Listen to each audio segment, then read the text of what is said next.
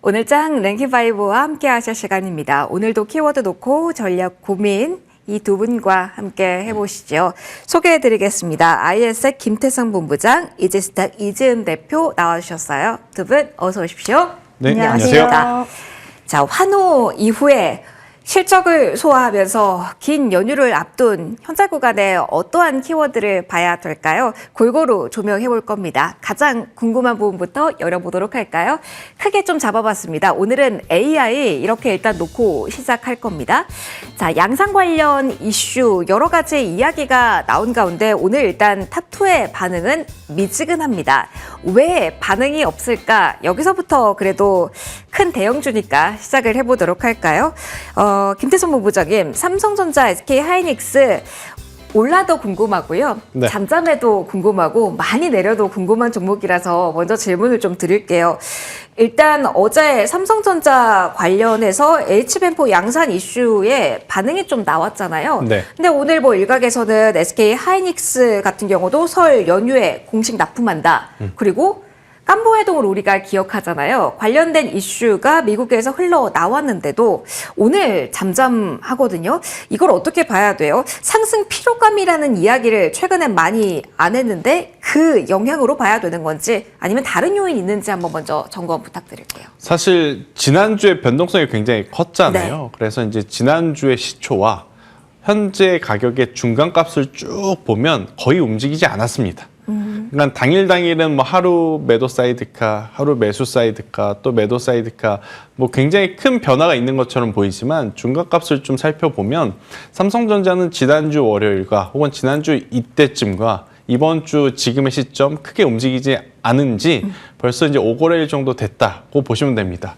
대신에 그 당일 어떤 수급의 변화 때문에 굉장히 크게 출렁출렁 거리고 있었던 상황이었고 여기에 지금 힘을 좀 쏟아부었던 건 미증시가 쉬어갈 때 우리나라 증시로의 수급 유입이었어요. 네. 반대로 지난주 금요일과 간밤 같은 경우에는 미증시의 수급이 굉장히 크게 M7 기업들로 쏠렸습니다. 그럼 이제 포트의 리밸런싱 관점으로 볼 때 그동안에 이제 모자랐었던 미증시의 횡보를 추가 매수하기 위해서 사실 수익 난 쪽을 일부 정리하고 그쪽으로의 자급 이동이 일부 있었을 가능성도 저는 열어둬야 된다라고 생각을 합니다. 우리가 다음 주면 벌써 설 연휴죠. 네. 그러면 내일까지 최종 매도를 해야 금요일 날 또 인출을 하실 수 있겠죠. 그렇게 되었을 땐 2월이라고 하는 어떤 시기적인 공백, 수급의 공백이 이번 주와 다음 주 목요일, 금요일까지는 조금 있을 수 있겠다. 이걸 왜 오늘 이렇게 좋은 뉴스가 나왔음에도 불구하고 안 올라요? 라고 하면 사실 저도 딱히 드릴 말씀은 없습니다. 그런데 이제 큰 맥락에서 봤을 때 삼성전자와 SK하이닉스는 PBR 기준으로 보면 좀 다소 부담스러운 수준까지 올라온 것은 맞아요. 하지만 영업이익률이라고 하는 PER 기준으로 보면 여전히 올라갈 수 있는 룸 자체가 많이 남아있다. 왜냐? 비교 우위가 어디냐면 마이크론과 샌디스크예요. 그 기준들, 그 기업들의 어떤 밸류와 우리나라 기업들의 밸류를 보면 아직까지도 더 올라갈 수 있는 룸 자체가 많으니 오히려 박스를 한번 그렸을 때 제가 이제 이 이야기를 드릴 때마다 좀 불편한 게 뭐 이 가격대까지 내려온다는 건 아니지만 15만 원대 초반까지의 기술적인 조정이 나왔을 땐 그때는 무서워하시면서 리스크 관리할 때는 아니라고 보고 있고요. 없으신 분들이 혹은 최근에 상승에 분할 매도하셔서 비중이 가벼워지신 분들이 다시 한번 매수를 할 때라고 보시는 게 맞을 것 같다. 그리고 SK하이닉스는 가격적으로 보더라도 80만 초반대에 내려오면 화들짝 다들 놀라겠지만 결국엔 저점 매수를 하고자 하시는 분들이 훨씬 더 많지 않겠는가라는 의견을 드리도록 하겠습니다. 정말 짧게만요. 언제 살까 고민하시는 분들은 항상 계셔서 그러면 연휴 앞두고 거래가 좀 얇아진 상황에 변동성이 커지긴 하잖아요. 그때를 좀 공략 포인트로 둬도 괜찮을까요? 연휴 전후의 전략도 고민을 좀 하실 것 같아요. 사실 삼성전자, SK하이닉스는 지난 6개월 동안 조정은 항상 기회였던 것을 되돌이켜 보면 오늘처럼 음봉으로 끝날 확률이 높은 날의 종가에 계속 모아가는 게 좋을 것 같아요. 시가총액 상위 종목인 이 두 기업은. 반대로 반도체 소부장주들은 하락폭이 좀 큰 날, 네. 오히려 불편하겠지만 그걸 이용해 볼 필요는 있지 않겠는가. 그리고 이제 코스닥 지수 안에서 보면 시가총액 5천억 미만인 반도체 소부장주들 제가 한번 쭉 돌려봤거든요. 네. 시가총액 5천원 미만 하면 여러분들 주당 가격이 1,000원, 2,000원 정도 되는 거 아니에요? 라고 생각을 하실 텐데 반도체 소부장 내에 시가총액 5천원 미만의 코스닥 종목을 추려보니까 그리고 2024년도에서 2025년도 실적이 잘 나온 기업들을 추려보니까 평균적으로 주당 가격이 17,000원. 그러니까 시총은 작은데 주당 가격이 높다는 건 호가가 얇다는 것을 의미하기에 그런 종목군들을 한번 살펴보시는 게 좋다. 대표적으로 뭐 DIT 아니면 SNF테크 이런 기업들 한번 말씀드려보도록 하겠습니다. 아직까지 공략 포인트는 그렇죠. 남아있는 거네요.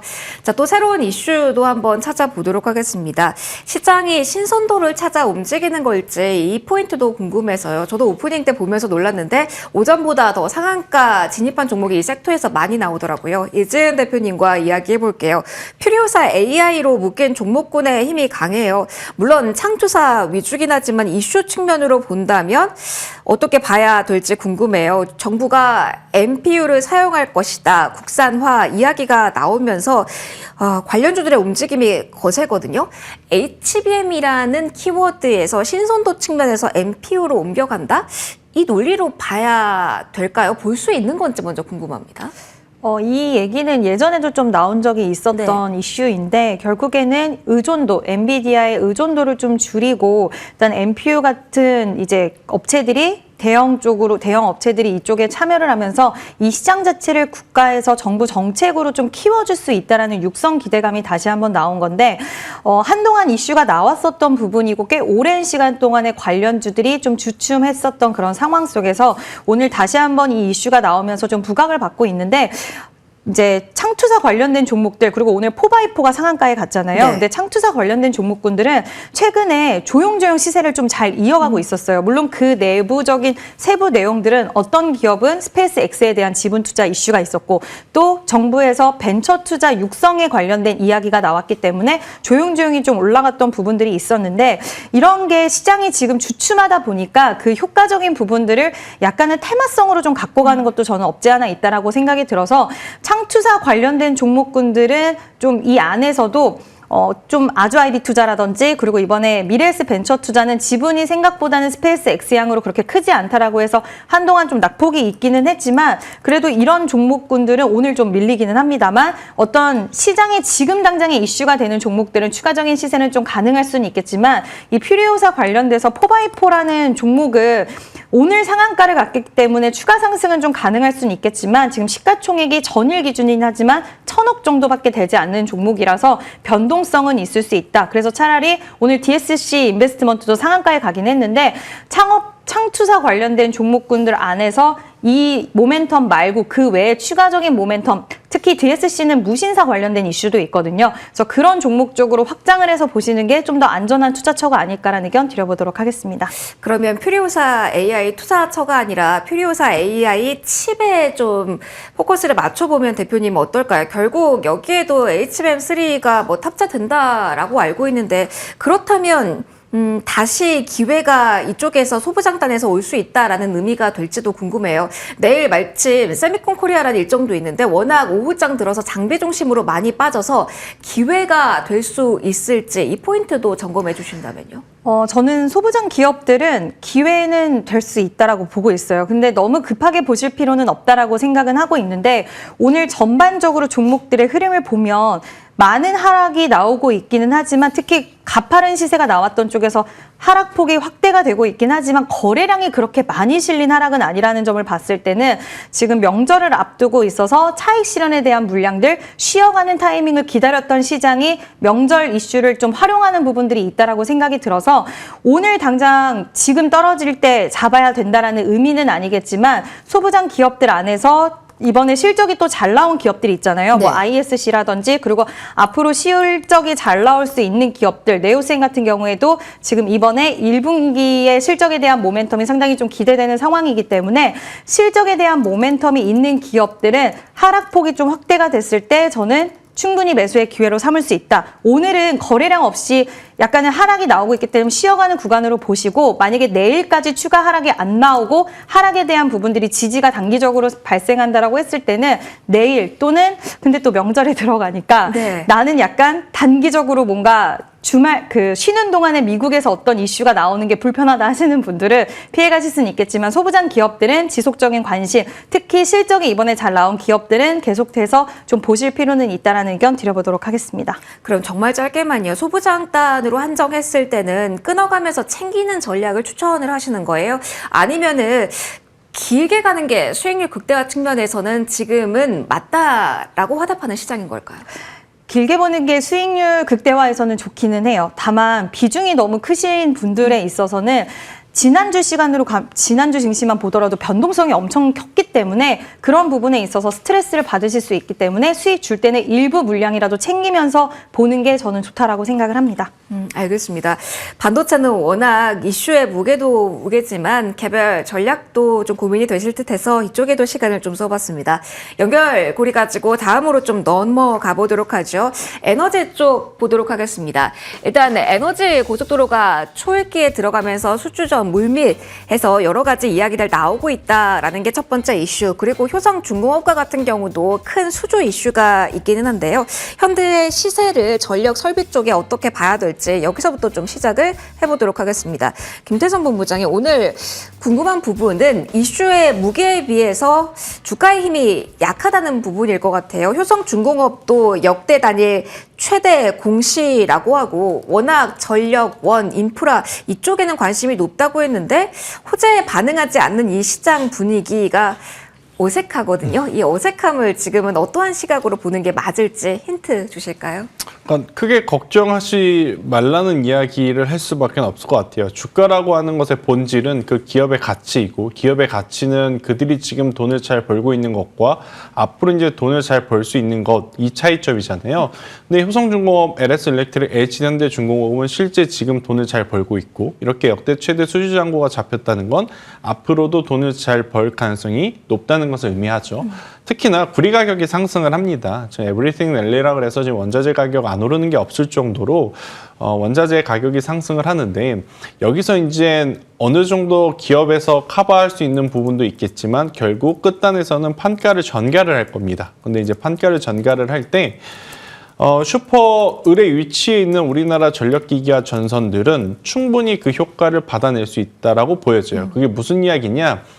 앞에서 소비자가 없는데 판가를 올리면 더 안 팔리겠죠. 그런데 이제 앞단에 소비자가 굉장히 많은데 지금 원자재 가격이 올라왔기 때문에 조금 더 마진율을 높이기 위해서 가격을 올려도 사갈 수 있는 주체가 많아서 저는 전력기기와 전선주들에 대해서는 여전히 긍정적으로 좀 말씀드릴 수는 있을 것 같아요. 대신 이들도 사실 많이 올라왔습니다. 그러니까 제가 계속 말씀드리지만 반도체가 좋다시는 분들은 전력기기도 좋다고 봐야 된다고 이야기를 드리고 전력기기가 좋다고 하신 분들은 반도체가 좋다고 생각을 해야 된다고 계속 강조드리는데 이 둘은 좀 같이 움직일 수밖에 없는 것 같아요. 그래서 한쪽만 강한 것도 사실 좀 어려운 것 같고 오늘 전반적으로 잠시 쉬어가고 있는 구간이 아니겠는가라는 의견. 하지만 기술적으로 우리가 또 투자하는 입장에서 보면 맥점들을 좀 잘 잡아야 되기 때문에 저는 효성중공업 같은 경우에는 지금보다는 오히려 중장기적으로 봤을 땐 하단에서 기다린다면 200만 원 초반대까지 한번 조정을 기다리시는 게 낫지 않겠는가라는 의견 드리겠습니다.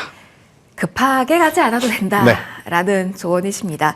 그러면은 미국 향 매출 그리고 대미 투자 관련해서 전력망도 그렇고요. 어제 원전까지 들썩였던 부분이 있어서 이 부분도 조명을 해보려고 합니다. 조금 전에 속보가 나왔네요. 한국국회가 대미 투자 특별법 한 달 내에 처리 합의하기로 한 것에 대해서 백악관이 긍정적인 진전이다라는 평가를 내렸다고 합니다. 그리고 일정상으로 본다면 내일입니다. 서울에서 한미 통상 고위급 협상 이 예정되어 있습니다. 이 이슈 안고 대미 투자 이걸 포인트로 볼까요? 이지은 대표님 앞서 뭐 전력 설비도 그 카테고리 안에 들 겁니다만 오늘 대미 투자 영역에 있어서 계속 주목받는 쪽은 어떻게 시선 정리해야 돼요? 먼저 전반적인 섹터로 보면 약하기도 해서 아직 유효한 모멘텀인지 점검 한번 해주세요. 네, 유효한 모멘텀일 것 같기는 한데 오늘 좀 전체적으로 약간 조용한 분위기를 이어가고 있는데 원전 관련돼서 오늘 뭐 대우건설이라든지 좀 개별적인 이슈를 안고 가기는 했지만 분위기가 건설주들 쪽에서 원자력 관련돼서 좀 분위기를 타고 있다라는 느낌이 오늘 좀 받았고, 이런 부분들이 결국에 오늘 시장의 분위기 때문에 그렇지 결국에는 쌓이고, 항상 우리가 시장이 쉬어갈 때 이런 이슈가 나왔던 부분들이 다음날 반영이 되기도 하기 때문에 이런 이슈에 있어서는 원전주가 가장 좀 크게 반응을 할 가능성이 있다라고 보고 있고요. 지금 그 흐름을 대우건설이 받아가고 있고, 현대건설 같은 경우에도 2%대 하락이긴 하지만 요즘 건설주들 전반적으로 턴어라운드에 대한 기대감이라든지 이런 부분들이 주가를 좀 우상향 기조로 끌고 있다라는 생각이 들어서 저는 뭐 긍정적인 이슈로 봐도 되지 않을까. 오늘 시장이 하루에 반응이 안 나온다라고 해서 이 이슈가 시장에 별 영향이 없다라고 생각하실 부분은 아닌 것 같아요. 결국 시장의 투심과 그리고 유동성이 가장 중요한데 오늘은 유동성이 그렇게 풍부하지 않기 때문에 이게 내일 반영될 수 있다라는 부분도 좀 감안을 하셔서 체크는 지속 필요하지 않을까라는 의견 드려보도록 하겠습니다. 원전 카테고리 안에 있는 종목 가운데 이지은 대표님께서 대우건설 이야기 좀 힘줘서 해주셨는데요. 본격적으로 그럼 이 종목 잡고 이야기를 해볼까요? 김태성 본부장님, 저희 이 종목 이야기를 할 건데 AS로 해봐야겠죠. 1월 20일 날 주신 종목, 그때 원전 다 갔는데 건설 이 안에서 모멘텀 볼만하다. 그때 8,000원 정도를 목표가로 주셨던 걸로 기억을 합니다. 네. 워낙 강한 슈팅이 나온, 그리고 원전이 다 강하지 않은데 오늘 불기둥을 세우고 있기 때문에 궁금합니다. 오늘 자리에서는 전략적으로 어떻게 보는 게 맞을까요? 일단은 일정 부분은 좀 수익 매도를 하는 게 좋을 것 같아요. 아직 8,000원 덜 됐어도? 네, 일단은 전체 아마 100주를 좀 투자를 하셨다면 30에서 50% 정도는 매도를 하시고 나머지는 목표가를 오히려 8,000원에서 이제 9,000원으로 좀 올려잡는 게 더 맞지 않을까 싶은 이야기를 드리고 싶습니다. 뭐 여러 가지 이야기를 좀 해야 되겠지만 가장 중요한 건 뭐였냐면 지금 대우건설을 제가 말씀드렸을 때 가장 불안했던 부분은 4분기 실적 발표 이후에 시장에서의 반응이었어요. 근데 네. 어제 이제 실적 발표가 나왔죠. 실적은 생각한 것만큼 그렇게 좀 좋진 못하게 나왔어요. 그런데 오히려 시장에서는 당장의 어떤 매출보다는 수주잔고, 그러니까 이제 백록으로 조금 더 평가를 좋게 하더라고요. 그래서 현대건설 오를 때 사실 대우건설은 오른 게 없기 때문에 그러한 부분들이 어제 이제 장 후반부 프리장에 좀 반영이 됐고, 또 원전주 뉴스 나오다 보니까 오늘도 다른 기업들 대비 지금 대우건설이 치고 가는 상황인데, 만약 오늘 두산에너빌리티도 올라가고 BHI도 올라가고 현대건설도 올라가고 혹은 우리기술, 보성파워텍 이런 기업들이 다 같이 움직이는 상황이었으면 제가 아마 대우건설을 조금은 더 들고 가보자라고 좀 말씀을 드렸을 것 같아요. 네. 그런데 오늘 그 종목군들은 전체적으로 좀 많이 밀려 내려오고 대우건설만 유독 또 오늘 올라가는 상황이 연출이 되니까 오늘 이 시세를 이용해서 그러니까 수익 보신 분들은 일정 부분 수익을 좀 챙기셨다가 조금 더 바라보는 게 맞지 않겠나라는 의견 드리겠습니다. 살짝 궁금한 부분이, 그러면은 원전발 모멘텀에 대한 영향이 지금 세다라기보다는 시장이 턴어라운드, 빅패스 이런 모멘텀에 대한 주목도를 높이는 분위기라는 점 감안해야 되나요? 일단 앵커님께서 이야기한 턴어라운드에 조금 더 방점을 찍어준 것 같고 여기에 플러스 그러니까 원전에 대한 기대도 좀 있긴 해 보여요. 있긴 해 보이는데 지금 건설주들 지금 전체적으로 일부 몇 기업의 지금 수급 쏠림 현상이 나타났을 때 대우건설은 안 올랐거든요. 그래서 이제 가격에 대한 키 맞추기가 좀 일어나지 않았나? 저는 이렇게 설명을 한번 드려보도록 하겠습니다. 알겠습니다. 원픽 중심으로 이야기를 좀 풀어가 봤어요. 마치 오늘 에너지 섹터에서 본부장님이 한 번 더 이야기를 원픽으로 제시를 해주신다고 합니다. 그래서 연결해서 듣도록 할게요. 제가 먼저 공개를 하겠습니다. LS 머티리얼즈입니다. 항상 에너지 쪽에서의 타이밍은 요즘은 이게 잘 맞더라고요. 그래서 네. 궁금해요. LS 머티리얼즈를 지금 볼 수 있는 모멘텀은 어디에 있을까요? 제가 이제 정말 오랜만에 좀 말씀을 드리는 것 아니면 처음으로 좀 말씀드리는 게 이제 LS 머티리얼즈일 것 같습니다. 그러니까 LS 머티리얼즈는 LS 전선에서 울트라 캐퍼시티 사업부를 좀 가지고 나온 기업이라고 좀 보시면 돼요. 그러니까 LS 전선에서 나온 건 아니고 LS 엠트론에서 이제 울트라 캐퍼시터라고 하는 사업부를 가지고 나온 기업이라고 좀 보시면 되는데, 제가 지금 오늘 이야기를 드리는 건 전 세계적인 에너지 활황에 좀 초점을 맞춘 건 아니고요. 국내에 에너지 고속도로에 이제 한번 관심을 좀 가져보면 LS 그룹사가 가장 큰 또 수혜를 받을 가능성이 높습니다. 지금 울트라 캐퍼시티 같은 경우에는 컨덴서와 에너지 저장 장치 그 중간 어딘가에서 지금 사용한다고 알려져 있거든요. 그렇게 되면 이 제품을 만드는 기업이 LS 머티리얼즈 말고 다른 기업이 있다 했었을 땐 당연히 경쟁에 대한 부분을 고려해야 되겠지만 지금 상장사 내에서는 LS 머티리얼즈가 유일한 울트라 캐퍼시터 제품을 생산하는 기업으로 보여지더라고요. 그래서 만약 에너지원들 중에 태양광도 그렇지만 풍력도 그렇고 지금 안 올라간 쪽이 없는 상황에 덜 올라가서 많은 개인 투자자분들의 픽을 받을 수 있는 기업이 어딜까 고민을 하다가 LS 머티리얼즈의 최근에 그룹 간의 시너지 효과를 감안을 하면 지금의 가격은 꽤 합리적으로 우리가 접근을 할 수 있겠다는 생각이 들어서요. 15,000원이라고 하는 가격대, 그러니까 어제의 종가 밑으로만 내려오지 않는다면 저는 추가적인 상승세를 동반을 해서 22,000원이라는 가격대를 한번 돌파해보자라는 의견을 좀 드리고 싶고요. 사실 22,000원, 2만 원이라고 하는 가격대가 상장한 첫날의 시초 가격입니다. 여기만 한번 이제 돌파가 되게 되면 굉장히 또 강력하게 한번 시세가 나올 수 있지 않겠는가라는 의견 드리겠습니다. 알겠습니다. 가격 전략도 꼼꼼하게 잡아봤어요. 자, 이제 세 번째 키워드로 넘어가 볼 겁니다. 주목도 여기에서 높여도 되는지 가장 궁금하실 겁니다. 소비. 그죠? 신세계가 영업이익 66% 껑충 뛰었다라는 빛나는 헤드라인, 실적 그리고 모멘텀까지 풍성합니다. 백화점 3사 먼저 좀 이야기를 해보도록 하겠습니다. 이지은 대표님, 이전에 우리가 백화점 3사 이야기를 했을 때랑 분위기는 완전히 바뀌었는지 먼저 궁금합니다. 신세계가 여전히 대장권으로 공략 포인트인지 아니면 오늘부터 서서히 움직임이 더욱더 강화되고 있는 롯데쇼핑까지 봐도 될지, 종목군, 에너지 어느 위치에 있는지 한번 확인해 주실까요?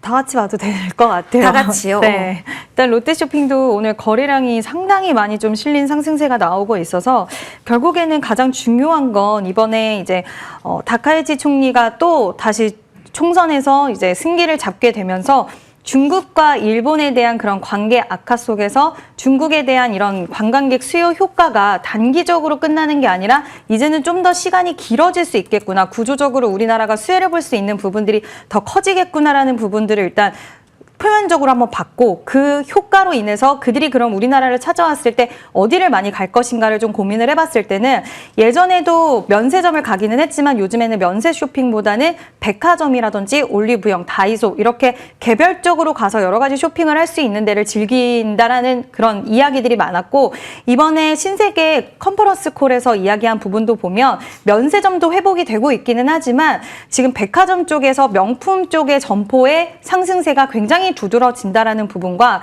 신세계 같은 경우에는 하나의 어떻게 명소같이 자리를 잡아서 신세계 백화점에 구경을 와서 쇼핑도 하긴 하지만 뭐 전광판이라든지 이런 것들을 같이 즐기면서 좀 시간을 보내는 하나의 관광 코스로서 좀 자리를 잡은 부분도 매출에 대한 증대를 앞으로 기대할 수 있는 효과를 좀 가져가게 만든다라는 생각이 들어서, 면세도 항상 발목을 잡았던 사업부인데 이제 점진적으로 좀 올라오는 회복되는 흐름, 거기에 백화점에 대해서 그리고 마트를 많이 찾는다라고 하더라고요. 뭐 이마트, 롯데마트 이런 데를 또 우리가 외국 갔을 때처럼 많이 찾는다라는 것을 봤을 때는 소비에 대한 패턴 변화, 그리고 중국과 일본에 대한 이런 관계 악화 속의 수혜적인 측면들을 봤을 때는 이게 단기 성장 국면으로 보는 게 아니라 구조적인 성장 국면으로 시장은 인식을 하고 있고, 실적도 나쁘지 않았어요. 지난 3분기부터. 그렇기 때문에 실적주의 역할로서도 지금 시장이 전반적으로 좀 분위기가 주도 성격들에 가졌던 종목들이 흔들릴 때는 이쪽으로 매기가 쏠릴 수 있는 부분들이 더 공공연하게 좀 발생을 하고 있다. 그래서 저는 긍정적으로 보셔도 충분히 좋지 않을까라는 의견 드려보도록 하겠습니다. 대표님, 이거 하나만 더 봐주세요. 롯데쇼핑이 그 중에서도 가장 강하잖아요. 현재 구간에서 16% 넘게 오르거든요. 가장 강하게 움직이는 이유가 뭐예요? 백화점과 그리고 마트, 여러 가지 모멘텀이 복합적으로 나와서던데 여기서 있다면 이게 메리트예요, 마이너스예요? 궁금합니다. 제 생각에는 여러 가지 있는 게 예전에는 발목을 잡는 요소였는데 이제는 관광객들이 예전보다 코로나 전보다도 더 오는 그런 상황들이 펼쳐지면서 이게 예전에는 발목 잡는 요소였지만 이제는 그게 장점으로 부각될 수 있는 시기라고도 시장에서는 좀 볼 수 있지 않을까라고는 생각을 하고 있고요.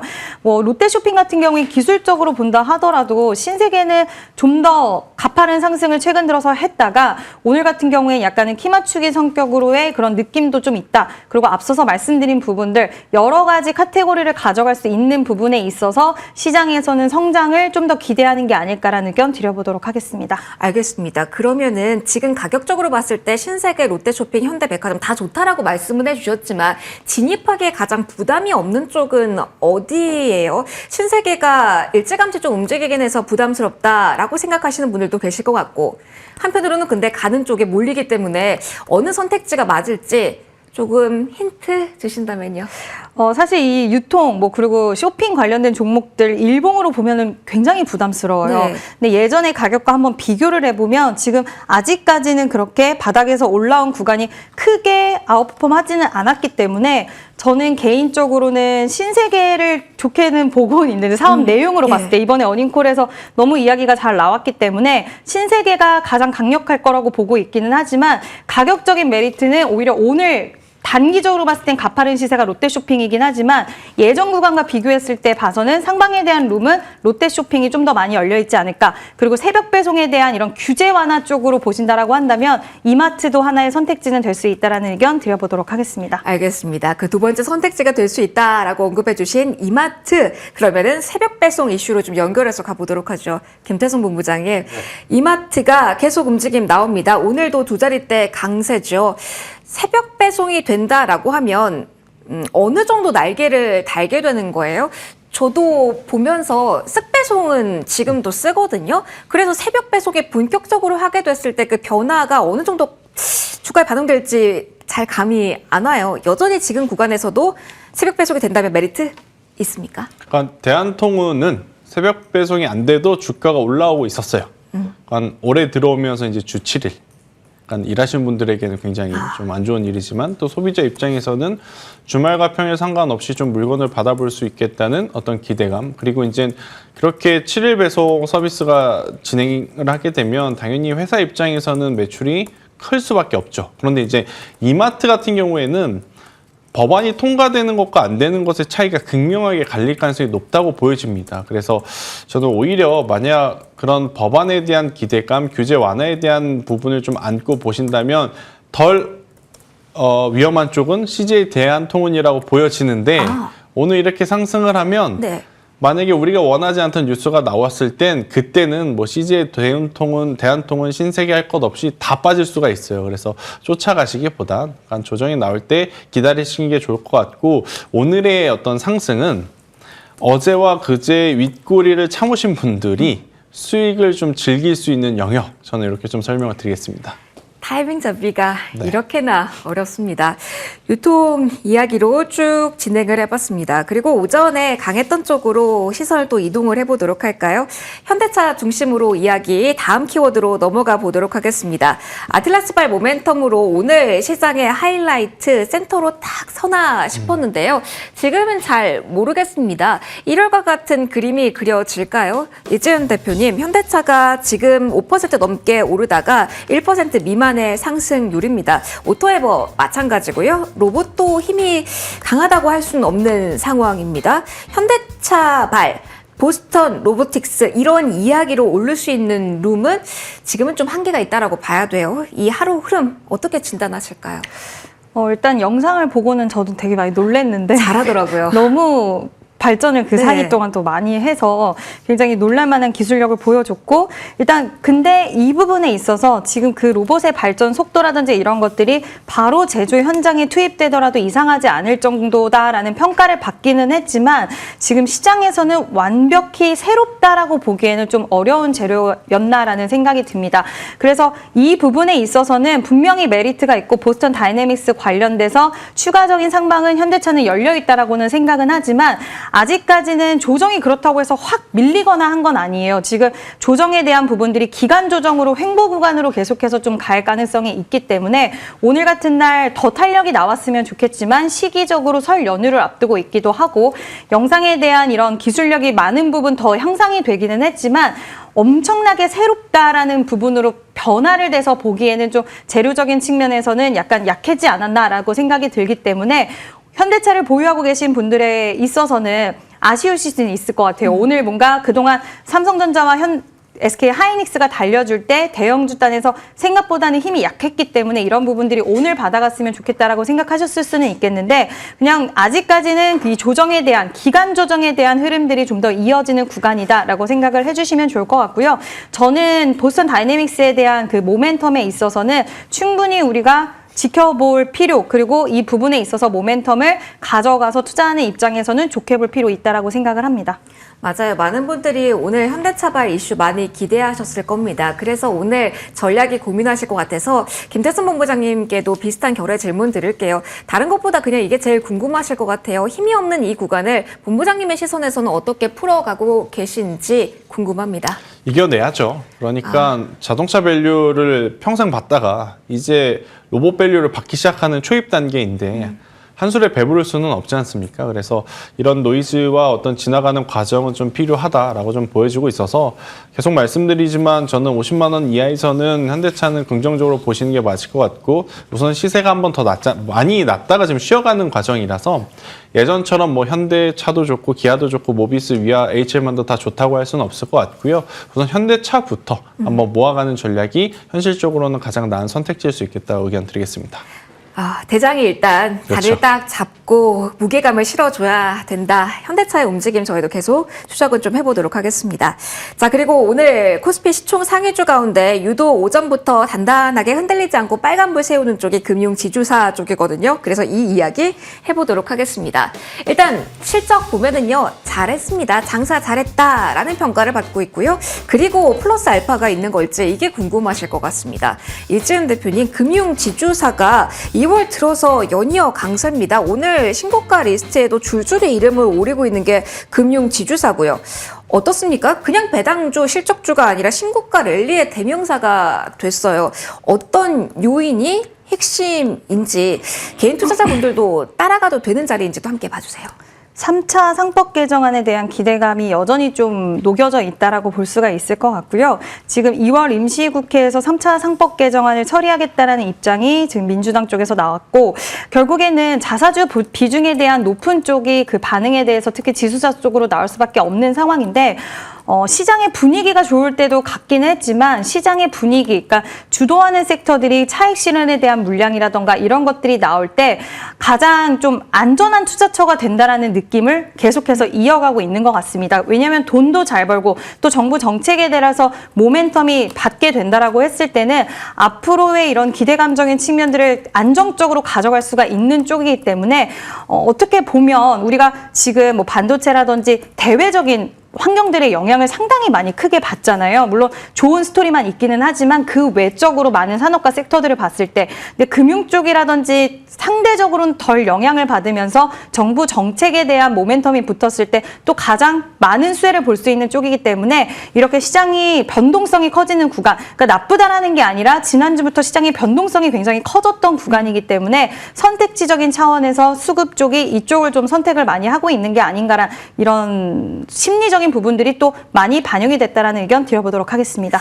변동성 이야기를 해주셨네요. 그러면 김태선 본부장님도 이 변동성 구간에 금융주 투자 팁을 주신다면요. 지주사 쪽 그리고 생보사 쪽도 강하긴 합니다. 좀 안전판 역할로요. 그런데 변동성이 좀 커지니까 또 수익성 이야기가 나오면서 증권까지 움직이는 현재 구간이란 말이죠. 보험, 증권, 금융 좀 지주사 넓게 드리겠습니다. 정책으로 본다면 지금 어느 쪽 볼 수 있을까요?